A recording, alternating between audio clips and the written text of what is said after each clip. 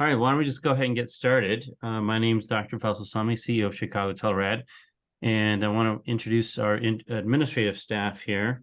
Go ahead, guys, introduce yourselves. Hi, my name is Rhonda Clark. I'm the COO here at Chicago Telerad. And then my right and left hand people are both Jen. So I'll hand it to Jen Senior first. Hello, everyone. I'm Jen Senior, Jennifer Vakash. I am the Senior Administrative Coordinator here at Chicago Telerad. I handle a lot of the administrative duties. I assist our amazing credentialing team, our licensing and credentialing team, and help out anywhere that's needed as far as administrative concerns. Yeah, and I'm Jen Jr., aka Jennifer Carberry. I'm the lead logistics administrator. I do a lot with scheduling and coordinating IT and just a lot of other things in our operations department. Heidi Pacheco, and I am a senior credentialing coordinator, or one of them. I deal with helping our doctors get credentialed at sites and make sure that things are running smoothly behind the scenes on the credentialing front. Painter, and I also am a senior credentialing coordinator, and I take care of all things credentialing to get our RADs reading. Awesome, great. So what we'll do is we'll open up to questions if anybody has questions. If not, we're going to have a few topics that we're going to talk about as a team, and hopefully that'll provide value to all who are watching the recordings or joining us live. So if anybody has questions, please go ahead. Somebody from Hawaii Radiologic Society joined, initials MT. If you have a question you want to ask.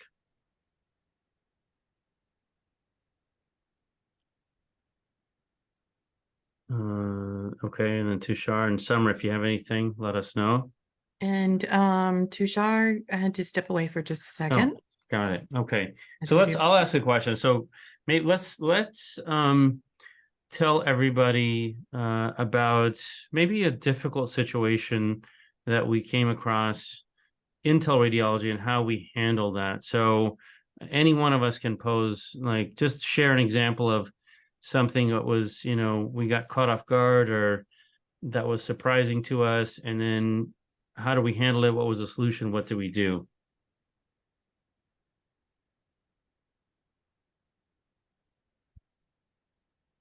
It's got to be something like when we're scheduling. I know we've dealt with a lot of fires here in the past week. So somebody share an anecdote or a story. JJ, I know you have a couple. Yeah.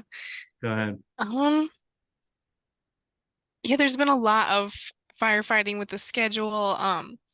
Just some of our sites were having some changes and just letting us know about things a little last minute. So I just did my best communicating well with both the site and our radiologists, giving our RADs like notice and communication, and just reassuring them about the future and things like that. So just being open and honest and not being radio silent when it comes to communicating with the sites and radiologists. Yeah.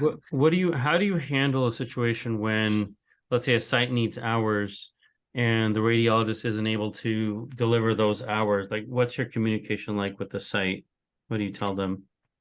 Yeah, so I just let them know what the radiologist isn't able to cover. And I'll definitely go out of my way to see if anyone else on our roster is available to fill that gap. Yeah, just communicating well on that front. Sounds good. That's great. Anybody else have a story they want to share? Well, I'll just kind of speak a little bit to what JJ was just talking about with the schedules. The way that we like to do things here at Chicago Telerad is to have a lot of schedule stability. So we like to take our RAD schedules and as far out in advance as we possibly can, a good 90 days, 120 days. Some of our RADs, we have their schedules built out for an entire year. Once they give us, their vacation times, and that schedule stability really makes the client feel very safe that their shifts are covered and everything like that.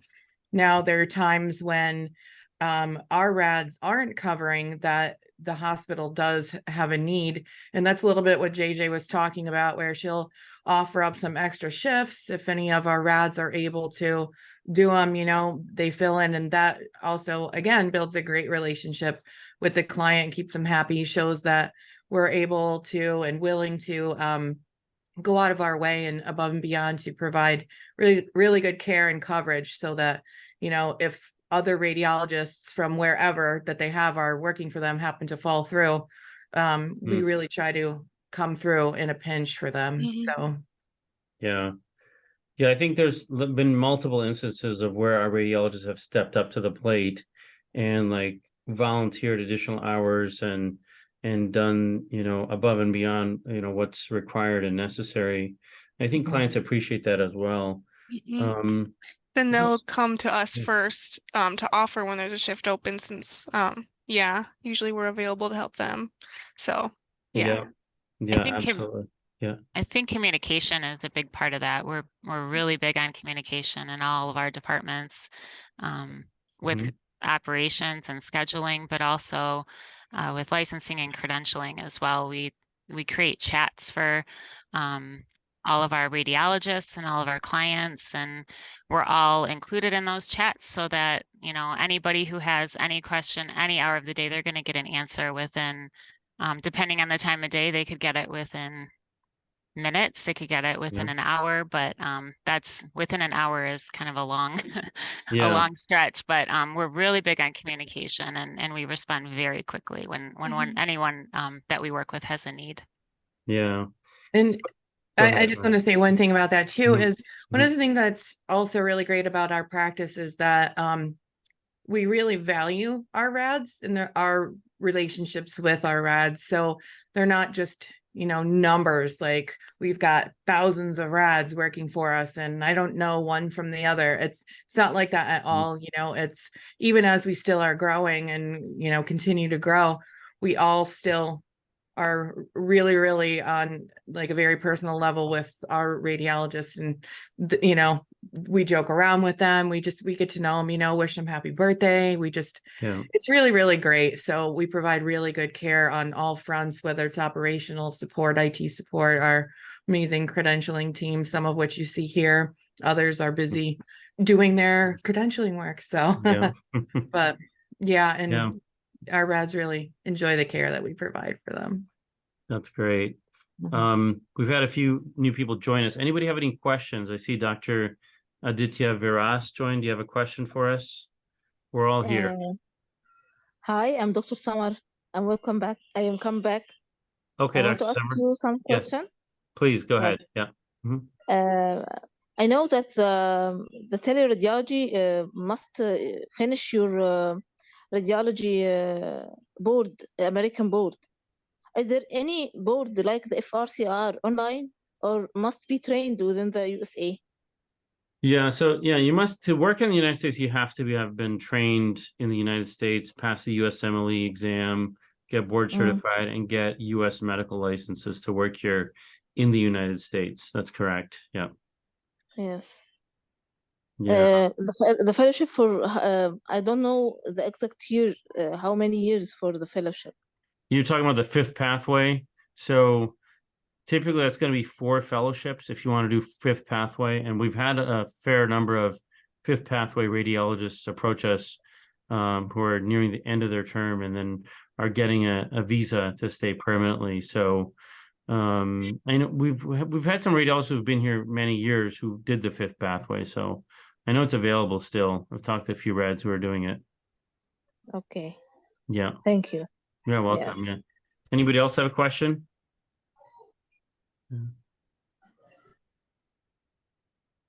So guys, tell us like what kind of radiologist usually comes to Chicago Telerad? Who have we been talking to? What are some of the characteristics that make somebody successful here as a radiologist at Chicago Telerad? sort of going back to scheduling, like a radiologist that's looking for a regular schedule. The relationships that we have with our clients are sort of regular and they want to build out their schedule. So right now we're not looking for as many people that are just looking to hop on here and there. So a radiologist that's looking for a set schedule and just one that has a good good interpersonal skills, because we like to chat with our rads and just build good rapport with them in that sense. So yeah, we like to have fun and work hard. Yeah, I think that summarizes it really well. Yeah, like somebody who's easygoing, easy to work with. And that's generally all of our rads, I think. I think every one of our rads is really easy to work with and whatnot. Talk to us about daytime needs versus evening and graveyard needs and what we see on the client side versus what we see from radiologists and what they want right now in today's market. I think we are mostly seeing a need for swing shift, graveyard, nighttime. We don't really have a lot of clients that are coming to us asking for a daytime need. Oftentimes what we see is the daytime needs are typically filled with on-site people, and they're really looking to have a hands-on person right there in the hospital during the daytime. And then, you know, the rads that they get, that are there on site, they typically don't like to work like the swing shift, the graveyard, the 5 to 2 a.m.s, the 11 to 11 p.m. to 7 a.m. So that's a lot of contracts that we service, you know, and clients that we service, because, you know, the daytime people are the ones who want to have, you know, like the banker's hours, go somewhere, work, go home at the end of the day. So that's typically what we see. Now, that's not a 100% all the time. There still is, you know, a need every here and there for some daytime hours. So if we have rads that come to us who are strictly daytime people, you know, we have the opportunity to play with the hours a little bit, maybe start a little bit earlier or end a little bit later, you know, and we always do our best to try to find a home and a fit for, you know, rads even with daytime hours. So yeah, I think we once in a while we get a call from the video game type radiologist who just wants to pop on whenever they want, like read 30 minutes here, 20 minutes there, goes through something else, and then come back and read. And I think generally, as a general principle, you can do that with outpatient imaging centers on a per click basis. We pay hourly with a guaranteed hourly floor and then a bonus above a certain threshold of our views per hour. So that's very hard to replicate on a per click only basis when you're doing outpatient reads, just kind of whenever throughout the day or night or whatever. Typically our work is scheduled in advance because we're doing hospital coverage, typically 5 p.m. to 2 a.m. or 11 p.m. to 8 p.m. Now we've had some radiologists who will do like a 7 p.m. to 11 p.m. on a Monday, Wednesday, Friday, and then on a Saturday, Sunday, do 5 p.m. to 2 a.m. And some of those rads are doing something else, like they're working 7 days on and 14 days off at another hospital, another practice somewhere, and they want to diversify their income. So we have some rads like that as well. So it's possible to get creative with schedules and still have a guaranteed hourly rate. We have some part-time radiologists who migrate toward becoming more full-time-ish because they just like the work. They like the, you know, the way we administrate things and run things. We've had a fair amount of that happen as well. Tell me about licensing and credentialing. Like, what's an optimum number of licenses a radiologist should have? Like, what do you tell radiologists when we start to onboard them about licenses? Let's start with licenses and then tell us about credentialing. Heidi, why don't you take this one? Yeah. So as far as licenses go, definitely obviously having the license in which you live in, and kind of being open to perhaps getting more state licenses, just because depending on the hospital sites that we're working with, you know, you might need to end up getting more, being open to possibly working with the IMLC. So I would say just being willing and open to getting more state licenses. if you only have a few. And for anybody who doesn't know what the IMLC or the IMLCC is, Amanda, why don't you just kind of explain that and why it's so great? Because we know you love it. Yeah, I've been working with them quite a bit recently to get licenses for our doctors. And it's great because it really expedites the process. You can get your licenses a lot quicker. Some states it can take months to get licenses. And with the IMLCC, it just goes much quicker. So it is something definitely to consider. So what is it, first of all, if you just explain what it is?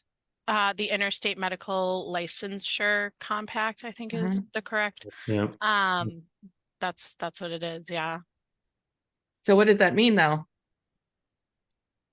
So essentially what it is, it's a big group got together and said, hey, why don't we get all these states to join this thing called the Interstate Medical Licensure Compact, and we will centralize state licensing. So we will have one central place where we do all the background check, all the verification of every single thing that's in the background and history of this particular doctor, whatever specialty.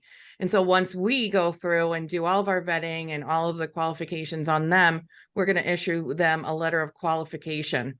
So once they receive this letter of qualification, then any state that is in the compact is a compact state, you can apply for, and then you'll get that license within a matter of days, versus individually applying for medical licenses on a state by state basis, where you'll have to go through a background check, fingerprint, every single thing, everything in your history verified for every single state. So instead of doing that 50 times for 50 states, you do it one time. So it's started off bumpy when they first started, but now it's really come along and a lot of states have it, and it's revolutionized medical licenses across all specialties. So we absolutely love it. Yeah, one thing I'll say about medical licenses, I talked to a lot of teleradiologists or radiologists who want to become teleradiologists, and they tell me like they want to go full-time into this and they want to do this, that, and the other thing. And I asked them, how many state licenses do you got? And they're like, I got one. I'm like, well, you're like the fisherman who goes out into the water expecting to catch 100 tuna, but you got one hook in the water with one line. It's just not going to happen, right? So you're going to have a lot more fishing nets out there, meaning state medical licenses, so you can catch more business. I would focus on the big states, probably top of mind, Texas, Florida, New York, California, Illinois, and I don't know what else. What else would you guys say after that? Those are the big ones. Michigan, I would say, for Michigan. sure. Indiana is another big one. Yeah, Georgia, maybe Georgia, Colorado, Louisiana, like the deep South states. Nevada. Yeah, Nevada. I mean, those are like the ones that come top of mind. And then all the other ones, kind of like the Midwest and the deep South, there's still a lot of teleradiology need. I know California is getting more difficult to work with for a host of reasons. But California is a big one to have too. It's obviously a lot of business in California, but you definitely want to have as many state medical licenses up to a certain point. I mean, you don't want to overdo it. You don't need to get 50 state medical licenses to start, but having a good 10 to 15 state medical licenses is very, very helpful. And if you're at that beginning stage, we can actually help you get those licenses. And like Rhonda mentioned and Amanda mentioned, the compact is a really great way to jump in and get licenses. So we had a few more people join. I wanted to open it up to questions if anybody had questions. Make sure we allow for that as well. You have to unmute yourself if you're asking a question.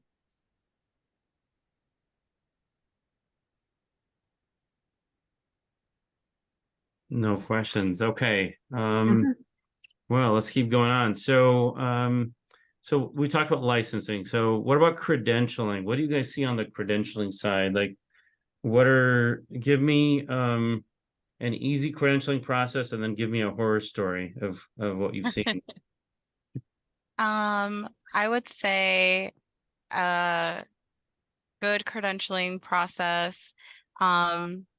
Recently working with a site that we worked with in Indiana, I mean, their medical staff office was really communicative. And I mean, we were, you know, sending emails back and forth daily, communicating with our doctors daily about updates of whether they were going to the boards, what's missing, what's not missing from their files.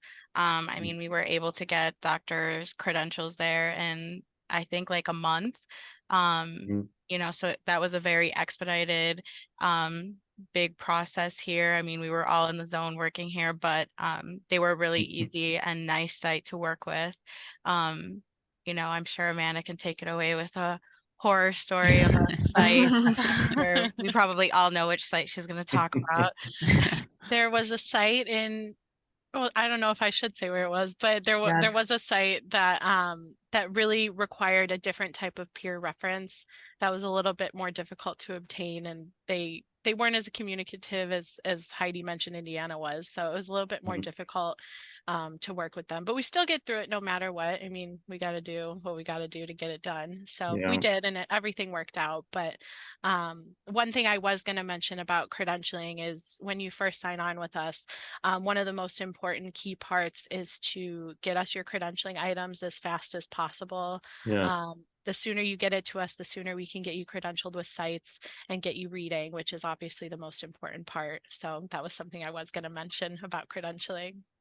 Yeah, that's a really great point. Like a fair number of radiologists come to us completely disheveled and disorganized in their credentialing files. Like they have no idea where any of their certificates are, how many licenses they've had. They forgot about malpractice suits, surprisingly. Just completely like in shambles, right? So if you're going to go into the teleradiology business, which this is a business, even if you're an independent teleradiologist or a so-called W-2 employed radiologist from home, you know, you want to have some control over your file. Like you want to know at a minimum all your state licenses. You should have a file with all that. Don't just dish that off to some person at a company or a practice. Like you want to have like a primary source file where you can access that quickly. Some rads come to us with everything in a file, like just one email attachment or one email and like 27 attachments and everything is there. Other rads are like, oh, I got to go dig in a box in the basement. Like, don't be one of those rads, right? And it's going to limit your success in being a teleradiologist. Like, if you want to be successful, you're going to have to be organized in terms of your credentials and whatnot. So, yeah, getting a bunch of licenses is key. Having your credentialing file in order, getting that in order is key as well, because there's going to be a list of documents you're going to have to procure that you're going to have to present to credentials. We're going to have to present to credentials. And if things are out of order, they're going to come back, ask us questions, potentially delay your file to the next meeting. So you don't want to be stuck in that situation. I also want to say that back in the day, credentialing wasn't as intense as it is now. It's, you know, we have rads that have been reading for like 20 years and then they want to get out of going to the hospital reading and they want to get into teleradiology. So they're being confronted with what credentialing in 2023 in the modern day is. So we are asking for a lot of items. It's not because we really care who your cell phone provider is or you know your electricity bill and all these really kind of weird things that some people tell us are hokey and they never had to do it before, but these are legitimate items. Yeah, those are real questions. I was just going to add that. We've seen them both. Real things, and they all have a reason and a purpose behind them. So it's like be prepared in today's modern credentialing to dig up a lot of items. So yeah, some radiologists become incredulous because they never had to do it before. So why do I have to do it now? You know, so that's their answer. Somebody was saying something, I think. Maybe not. Let's see here. Okay. So yeah, having that organized credentialing file, you know, that's really, really important. So, and if you don't have an organized file, that's where you can utilize our skills when you work for us, and we can get that all organized for you. We can, if things are not in your with your address or in your email that you have access to, we can make sure that those things are changed so that you have access to your entire file. We get it organized for you, but we also make sure that you have access to everything. That's correct. Yeah. Yeah. And we don't limit you just to working with us, right? So it's like if you're doing other things, we'll help you maintain that as well. Like we're not in the business of, throwing non-competes in your face and that sort of thing.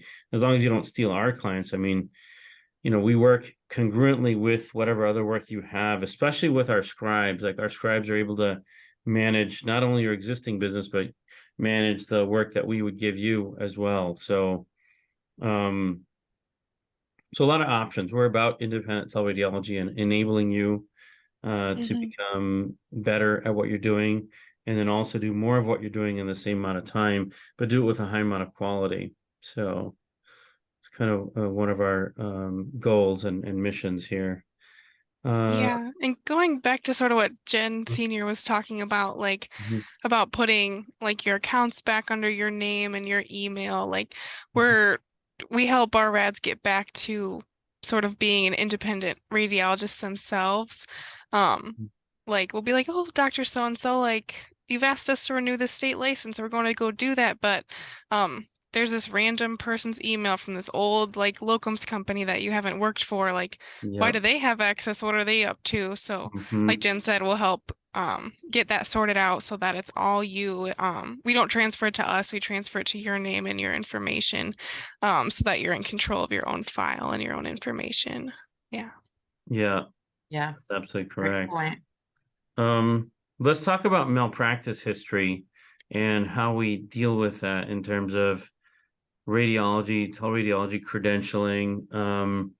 One of the things is that malpractice is a real part of practicing medicine. And I think the statistic is nearly every physician is going to get sued once or twice or named in a complaint once or twice in their entire career. So talk to me about how we handle malpractice claims. And is that a deal breaker for radiologists? Because I've talked to radiologists and they're fretting over a case that's 10 years old where they were named and there was no payout, and it's like they're carrying this cross on their shoulder that they have to bear, the scarlet letter that they're forever marked, and we have to do some counseling and let them know, like, hey, it's not the end of the world. Like, you're still a radiologist, you're practicing. Like, how do we handle malpractice claims when it comes to credentialing and getting people through the credentialing process? Well, having a malpractice claim isn't necessarily a limiting factor. What's important is that we know about it up front and that we have the details for it. You'd be surprised how many doctors don't have their own details.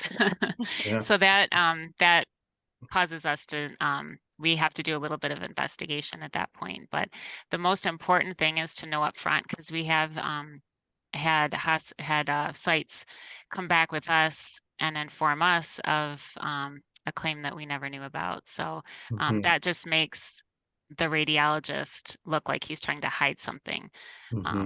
And that is way worse than just reporting it up front. That's absolutely correct. Yeah.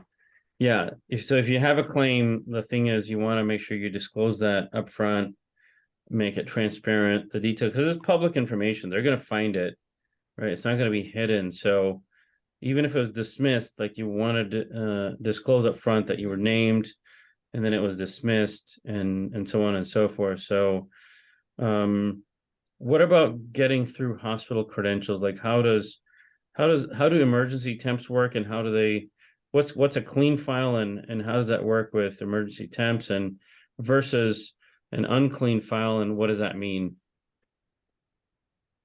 So as far as like a clean file, it just means like no malpractice cases, no nothing. It's a very easy credential. So the hospital has a lot easier time just verifying things, and they don't have to go through any of the malpractice claims. So it just makes credentialing process a lot faster versus a doctor who has malpractice claims. It just takes them a little bit longer to go through it. So you know, kind of piggyback off what Jen was saying about, you know, just being upfront with malpractice cases. If, you know, we're unaware of a malpractice case and we have to do the investigating, that kind of just goes into the credentialing time a little bit. So on top of kind of working on your credentialing packet, we're kind of also doing the investigating. So it eats into the credentialing time. Yeah.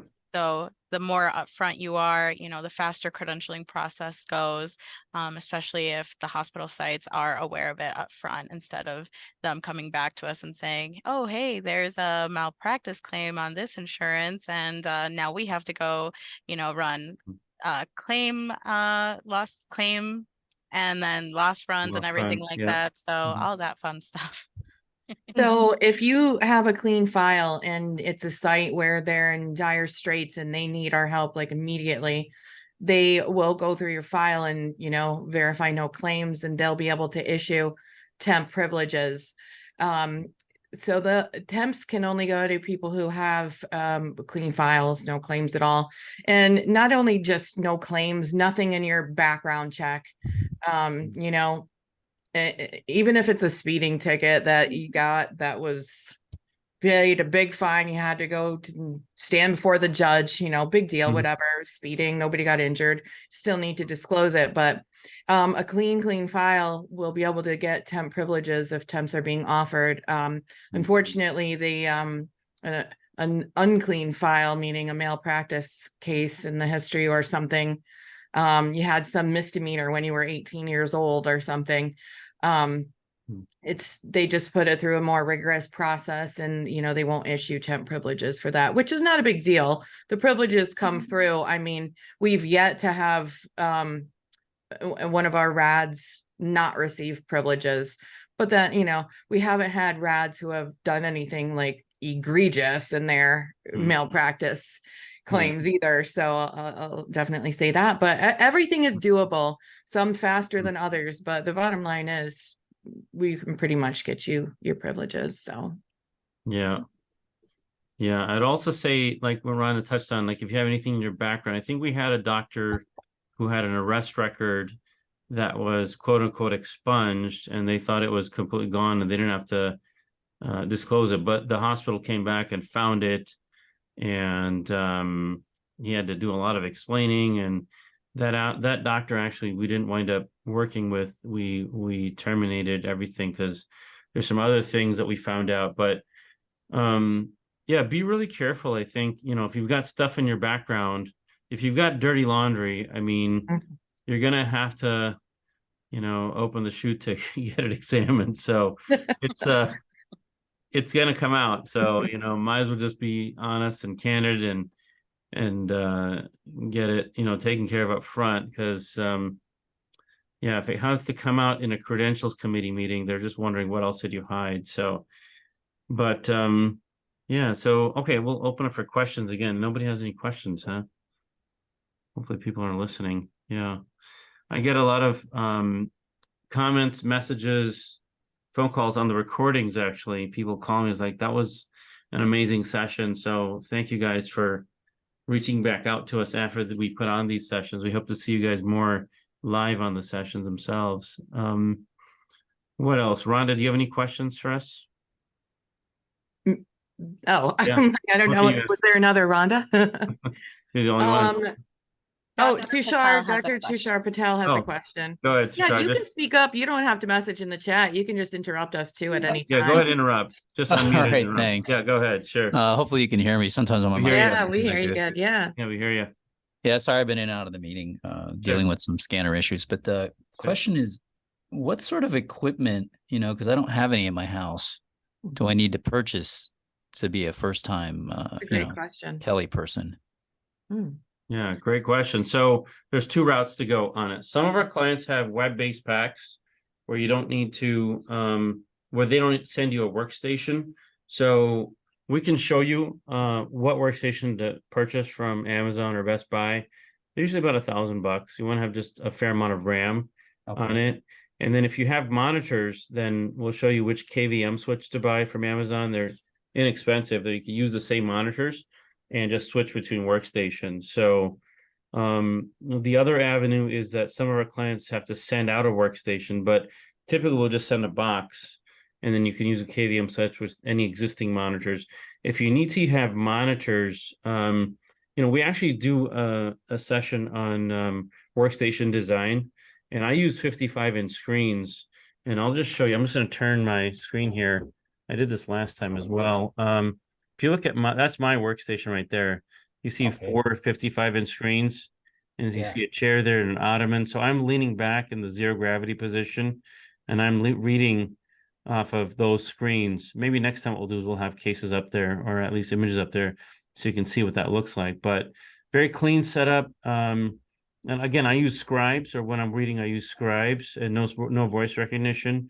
I don't use a keyboard, so just rollerball mice, and the scribes manage everything for me. But if you're interested in that, I can show you how to optimize your teleradiology theater from home, so that it's optimized for size, distance, and looking at everything big. But we can definitely talk about that. What's the minimum monitors you need? Is 2 enough to start with, or do I need to get 4? Or what would you recommend? So it depends on how many work lists I'm covering. So if I'm covering one client with logging into 4 workstations on the same work list, then I'll have 4 monitors. But you could start, with one 55-inch monitor for one workstation. And then if you add a second workstation, a second 55-inch monitor. So basically one screen per list that you're covering. So that it's very efficient and easy to do, but it's easy to scale up. Now, let's say you're reading and you get a really challenging case because there's priors and cancer and whatever complex pediatric neural case. Can you put a prelim out, or does it have to be a final read, or something that's really may need more expert? Typically you're just gonna just do a final read on that case, because if you put a prelim out, you may have to talk to that doctor again. Let's say there's a bleed that you see, or you see appendicitis. You put a prelim, you talk to the doctor, but then you go back and you see an adrenal mass. So it's I never put a prelim and then do a final and then call the doctor if there's additional findings. I just do a final and make one phone call to the doctor. I see. So it could delay the case a little bit, but that's just the nature of the game, right? So if it's a chest ab-pel with a ton of findings, if I see an aortic dissection that's rupturing, impending rupture, I'll call right away. Sure. And and then I'll finish out the final, and I'll say dictated. Well, I'll look for any other acute findings. So if I'm going to do a prelim, that means I'm calling somebody, and I'll document that I talked to them and whatever acute findings, and then go through and do my whole report. And then how does it work does everybody use a scribe? Is that how it works with the setup? Well, yes and no. So some of many of our radiologists use scribes.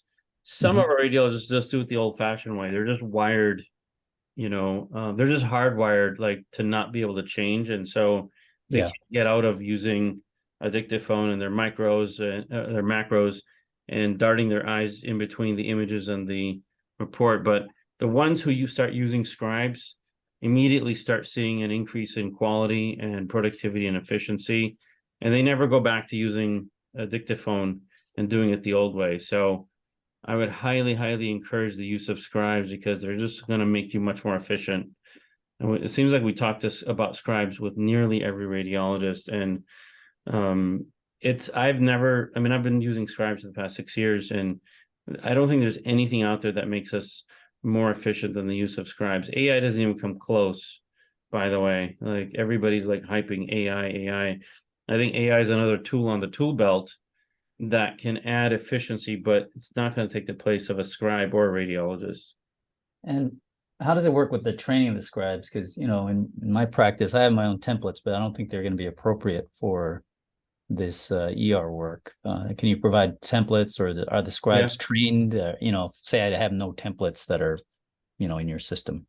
Yeah, so we actually have a fourth year medical student externship program where IMGs, international medical graduates, and even radiologists from around the world, they rotate with us for 4 weeks, and they learn teleradiology, and they're applying for residency in the US. And so we put them right on our scribing software, and they learn the macros and templates and everything right from day one. And by the time they're done out there 4 weeks, the best ones we use as scribes for our radiologists, and that's worked really well. So it's like a 4 week externship / scribe training session that, you know, when they come out, they're able to use the macros that you already have, or they can train you and teach you on the macros that we use regularly here at Chicago Telerad amongst our radiologists. We also actually, Dr. Patel, have our person who was ahead of scribe training and everything. He's not on this meeting right now, but he actually is extremely well versed in Power Scribe, all the ins and outs. So if you need some templates built and everything like that, you know, he'll work hand in hand with you. So you have the option to use ones, you know, that we've already developed for our RADs, or ones that RADs came to us, or you know, you can develop your own with us. And then you'll always have access to that file. We don't keep it, we don't own it, anything like that. We're very willing to give you your XML files. So, you know. Thank you. Personally, for me, I would rather use someone else's that's already been through it and editing, rather than trying to reinvent the wheel. Yeah, for sure. Oh yeah, we have great macros that you can use, and they're just plug and play. And literally all you have to do then is just talk your positive findings, and the scribe will make the report for you based on the macros that we have. And then at the end, you just look at the images and the report side by side, and then you just tell them to approve it. They'll sign it off, you know, for you, right? So can I ask more questions, or maybe the rest of the group wants to ask? I don't want to take up all your time. Keep going unless somebody else has a question, but no, please keep going. Yeah. You know, I've never really done this kind of work before, because I've always been, you know, outpatient person and doing a little bit on my own at home, but it's not as to the level that you guys have. What is like the typical things you do in an hour or a shift? You know, what's the general like type of work? You know, just like walk me through it, as, you know, someone who hasn't worked in an ER in a long time. Yeah, it's typically going to be 8 to 10 RVUs an hour. That's gonna translate to about 14 to 16 cases an hour. Half of those are gonna be plain film. 30% are gonna be CT, 10% ultrasound, and maybe a handful of MRIs. So maybe a rare nuclear medicine study. So it's basically the stuff that you trained in as a resident, right? So if you go back to residency days, I mean, the usual stuff like, you know, abdomen, pelvis, renal stone, diverticulitis, pulmonary embolism. You know, it's that basic stuff that every radiologist should be able to do. Sure. You know, MRI for cord compression, you know, that's some rare things. MRI brain, MRI for osteomyelitis. Those are kind of the main examples of studies you're going to be doing. So, and they're not common. Those MRI exams aren't common, but it's all bread and butter stuff. Yeah, I have no problem with reading that. It's just, you know, I wasn't trained the day we were doing MRI for appendicitis and pregnant ladies and things like that, which I could probably learn anyway. But yeah, those are rare studies. I think we get maybe, you know, I don't know, a few every year. Yeah. You know, so like a handful like every year. So, and then you have positive findings. The scribe gets the ER or clinician on the line for you. Is that how it works? The scribe acts as your personal concierge the entire time you're working. So anything you need, like, I mean, they're looking up your prior reports in the workstation. They're calling the ER doctor for you. They're going through all the levels of gatekeepers to get to that ER doctor. And then when they're on, they just 3-way call you right on your cell phone. You talk to them, click. They make the addendum for you in the reporting software. So you don't have to deal with anything, any of that. And are these like level 1 trauma centers, you know, are they helicoptering people in with polytrauma and things like that? Those are 95% of our stuff is not that. I'd say 5% are associated with a level 1 trauma, but our rads don't see a lot of penetrating trauma, if at all. Okay. A lot of these level one trauma places have on-site radiologists already Right. staffed because Right. that's part of being a level one trauma. Like they have to have in-house surgery, in-house pediatric surgery. Like that's part of the definition. So I think in some places where there's extreme shortages, they don't have radiologists, then some of those places will get some level one trauma, but we really don't see much, if any, level one trauma at all. Okay, that's fine. Thank you. That's very Yeah. reassuring for me. And Absolutely. I look forward to our call later today. Sounds good. Yeah. Yeah. Anyone else have any other questions? Definitely want to open it up. I just actually want to bring up, Dr. Patel was just kind of speaking about the MRI for appendicitis pregnant woman and, touching up on those exams. We do have times where there's exams that people, need to refamiliarize themselves with, like, for example, CT perfusions, because they're becoming so standard now with the CTA head and neck, where we'll be able to put together some refresher courses, and get you on if you don't have access to touch up on your own on those types of things. So there, on a case-by-case basis, there's definitely ways that we can help you get feel more secure in your footing on those types of examinations. That's good. My goal is to study more. I mean, I'm always studying stuff, but now I got to study these new things that, they didn't have 20 years ago.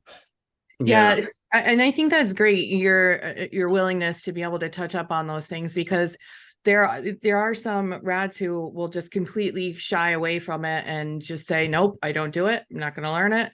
And, it makes it harder to have, them on to be reading when we're like, well, they're gonna come up, and if we keep just pushing them aside and not reading, the client's not gonna be too thrilled, constantly calling for backup. So we'll hold our rads hands through everything, provide as much support and everything we can, resources for anything that you need help with or unsure of, or whatnot. So When you're on at night and you're covering, let's say, two places because you have two screens and scribes, there are other radiologists working too at those places, or are you just the only person at, say, that hospital? You're most likely going to be working with other radiologists. Typically, these are not tiny hospitals. They're bigger hospitals with a lot of volume. So either there's somebody from the group or somebody else from our team that's on, and then they're also working together. So it's rare that you're going to be alone. It could happen sometimes, right? And then we have a mechanism in place that if you suddenly get 40 sets all at once, you can reach out for help, and then we try to get some of our other radiologists to jump on and help out, kind of like the old days of just a group practice, right? It's just, it's collegial. We try to help each other out. We're easy to work with and easily reachable too. So there's generally help available if needed. All right, thank you. Yeah, absolutely. Yeah, I was also going to mention, just on types of studies, like CTA head and neck is becoming a much more common study. It wasn't that common when I trained, and even throughout the teleradiology years. I mean, it's only, I think, in the past 3, 4, 5 years where it's becoming more and more ordered. And it could be related to, my theory is, nurse practitioners and PAs ordering a lot more of those studies. And the CT perfusion studies as well. Those used to be rare, but they're becoming more common. We're seeing them across. So if you haven't brushed up on that, or if you haven't done those, I mean, take refresher courses, CME courses, go to a workshop, get some experience doing CTA head and neck and CT perfusion study, because they're becoming part of the regular set of imaging studies that are done every night, just like renal stone CTs are. So some rads have had trouble with that, but now it seems like everybody understands, okay, we're going to have to do this. So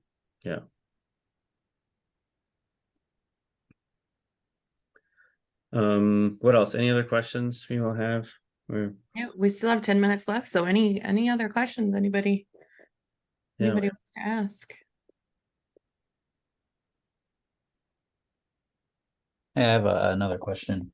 Yeah, go You ahead. know, I missed a little bit of I understand you cover the malpractice for these offices or hospitals for the Correct. night shifts.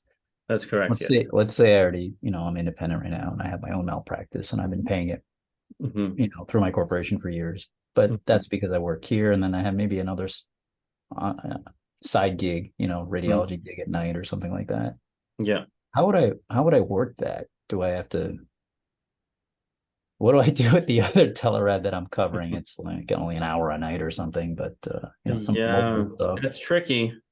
There's two ways to do it. One is you could either you could reach out to your carrier and your agent and say, look, you're going to take on this additional work in other states and put everything under your malpractice, or you could have two separate policies, one for the work that you do, and then one we have for the work that we do. So it just depends on how much you're going to continue with your existing stuff, your existing casework, and is it financially going to benefit? Like the amount of revenue that you generate from there, does it make sense in terms of a percentage, like of your premium that you're going to pay? Does that even make sense? So maybe we can talk about it later. I can give you the details. Yeah, for sure. Yeah, absolutely. I appreciate that. Thank you. Yeah, absolutely. Yeah. I think malpractice coverage is a good thing to bring up too, because whether you're doing it on your own or through us, you want to make sure that you have the right kind of coverage. You want to make sure that you're with a reputable insurance carrier, because there are some ones out there that can only provide you coverage for certain states, and their limits aren't high enough for other states. And so you just want to make sure you have all of your bases covered, and when you're deciding on the insurance broker and policy to go with. So yeah, I can tell you horror stories and whatnot about malpractice insurance brokers and agents and carriers and whatnot. It's a very, very fragmented market. You got to be really careful what malpractice agent you're going to be working with and who they represent and whatnot. The barrier to entry to become a medical malpractice insurance agent is very, very low. So you can get somebody who doesn't know anything about anything and just shuffling paper. And you get some people who are really experienced that know what they're doing, have a lot of clients. I would say go based off of reference. Definitely get references from other radiologists or practices, in terms of who you're going to select for a malpractice agent and carrier, because there's a lot of variety out there, and you got to be really, really careful. The wrong malpractice agent that puts you into a wrong policy, I mean, it can spell disaster for you as a radiologist, because you may not have the coverage you thought you did and whatnot. So if you're independent and getting your own insurance, so be careful who you choose. Okay, so we just have a few minutes left.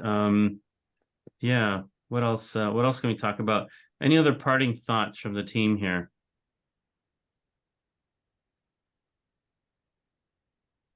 Ronnie, you're muted. So no, I was just going to say that it's really good to just kind of talk about the things, that we just did on this session, just all the ins and outs, the licensing, credentialing questions. A lot of people have questions on those things, and things they don't even realize that they have questions on come up just by kind of the natural fluid conversation, just like the malpractice carrier and all of that type of stuff. So the more questions, I think, the better. And we're always ready, willing, and able and happy to answer them, whether it's in one of these sessions or via email or however. Yeah. Yeah, I think the thing that distinguishes us as a teleradiology practice and company is that we're very accessible, open, easy to talk to, easy to work with. We'll answer your questions. We're also happy to help you build your own independent teleradiology practice. Also, I want to mention collaborations. We're talking to a lot of radiologists about collaborations right now. For example, if they have work that they cannot handle at their own practice, and let's say you're considering hiring another radiologist, but maybe it's not a one full FTE, maybe you need like 0.7. So teleradiology is an ideal solution to help with that. Another thing that we're collaborating with radiologists is if they're looking at getting additional business, like another hospital or imaging center. I was just talking to somebody yesterday who they're looking at acquiring 2 more hospital radiology contracts.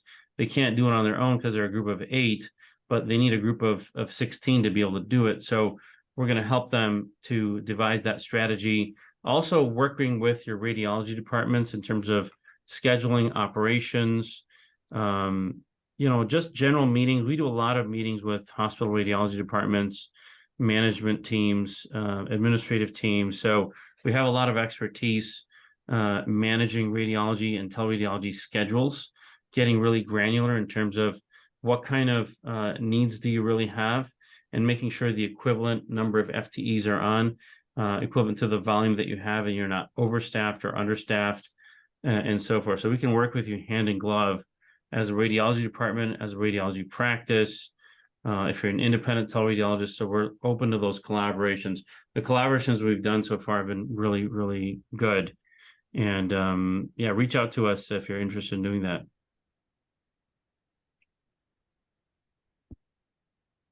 Okay, what else? We have 4 minutes left. Is there any other thoughts before we close this session out here? I was just thinking to summarize sort of the licensing and credentialing, like Yeah, please. there's 2 sides of the coin that determine the timeline, like the side that the radiologist controls, which is having your file in order, being open to more state licenses, or already having a good amount of state licenses to work with, and being upfront about malpractice or board actions and things like that. And then the other side is sort of more out of our control, like the site credentialing. There's some really smooth sites and some not smooth sites. But like Heidi and Amanda said, we'll get you through credentialing no matter what. So yeah, so just focus on what you can control, getting your file organized, getting some state licenses, and being aware of your malpractice and having documentation on that. And obviously, it's all in the interest of furthering patient care. So nobody likes all of the snags and issues that we run across, but and in the end, it's for the greater good. Yeah, I think Jen brings up a great point about stuff that's not in our control. Oftentimes, RADs get frustrated about thinking they were going to be able to work next month, and in fact, it's the month following, potentially, because there's still another meeting that their file has to get to. So when you're dealing with a smaller number of sites, and we're only credentialing radiologists at strategic sites, maybe 1 or 2 or 3 sites, it can seem to take longer, as opposed to if you're working with a big box company and they're going to throw your file at 180 sites and you only need 40 sites to get working. It can seem that they can get you up and running much quicker, which they can.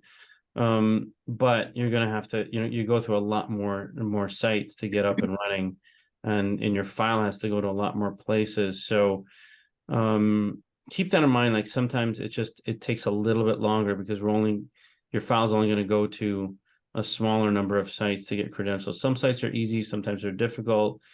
And like Jen said, there's a part you can control, which is getting your documents. And there's a part that we can't control, which is the credentialing committee meetings, med exec, and all that kind of stuff. So, so great. Well, with that, I think we're at the end of our session this week. I want to thank all of you for participating. This is great content, great discussion.